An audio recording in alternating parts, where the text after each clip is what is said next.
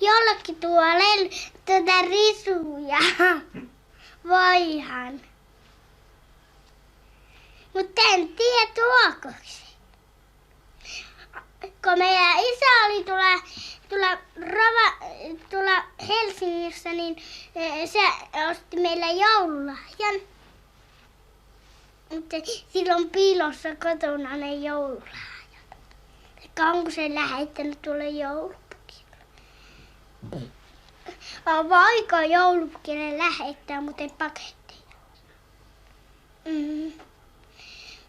Miten? Jos joku vie siihen ovelle. Niin. Voi joku viedä ovellekin. Mutta jatkaako se kävellä sinne Korvatunturille? Niin.